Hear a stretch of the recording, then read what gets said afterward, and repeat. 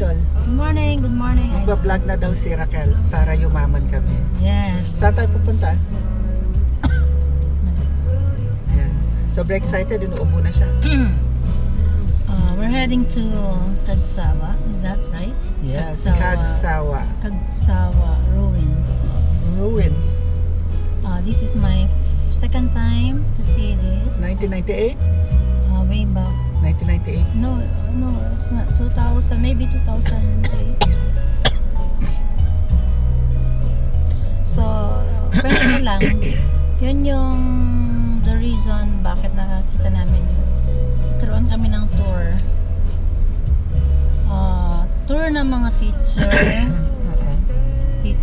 ng Central Luzon Conference. So, yun, nakita namin yun. Trip to Kagsawa.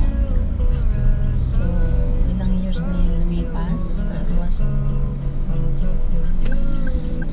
almost 20 years. Ooh. Ano? Mga 22 years. Head west. Okay, mag-west daw tayo. Ay. Kamusta naman yung journey mo, ma'am? Feeling para akong queen, prinsesa. Ay, Reyna. Kasi hindi ako nagluluto. Naglilinis ng bahay. So, nakaupo lang ako dito. Kain, matulog, travel. Ano pa bang hahanapin mo? Tapos meron ka pang poging sweet At lover tayo, driver. buhay na Diyos. Yes, God's good. Lahat ng nakikita nyo, it's because of Him. Ako alam. Wala kami man ang bag niya, ma'am. Lahat ng nakikita natin sa paligid. Turn left onto Camelot Bypass Road. Okay. So, see you later.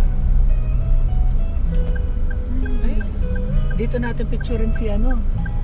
Ay, oo. Meron. Pero hindi siya hindi na siya Mamaya perfect. na. Ano?